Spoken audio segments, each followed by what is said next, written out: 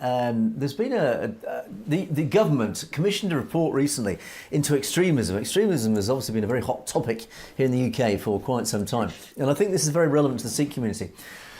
Now, first of all, the first element of this is, of course, highlighting the fact that Hindu extremism, Hindutva nationalism, this extremist nationalist agenda, is existent in the UK. It is being spread across the UK by agents of Hindutva.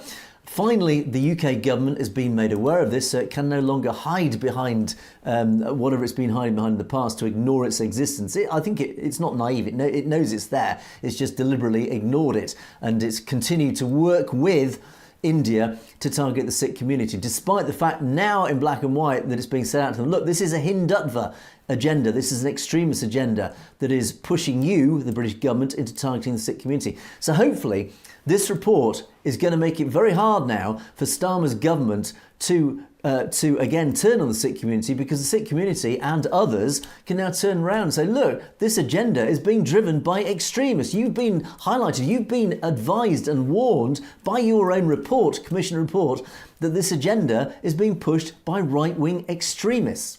Now that is really important, really significant, and that is a fantastic thing, I think, that this report has come out. The fact that it's been leaked, I think, is very interesting. It brings up its own questions. Why has it been leaked? But the fact that it has brought into the mainstream media the existence of the RSS, the Hindutva extremism, and now the British government can no longer deny that it exists, and the fact that it is being influenced by it. And of course, it is represented by the Indian government, etc., etc., etc. That's really important. Now, Keir Starmer's government is in danger of becoming authoritarian. This is an accusation that's been thrown up regularly from all sides, actually. Even from the Labour Party and Labour supporters themselves are saying, look, there is this two-tier policing going on.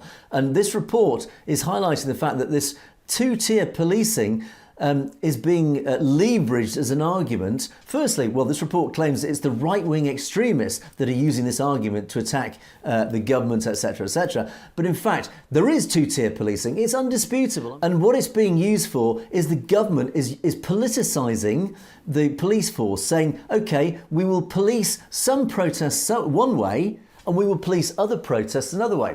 Now, the anti-immigration protests and protests against issues related to that have been blanket branded as right-wing extremists. They're not right-wing extremists. They actually come from all parts of the political spectrum. They come from people who are arguing against immigration. Keir Starmer's government have policed these brutally. People have been fast-tracked to prison who've actually been out there protesting, as is their democratic right,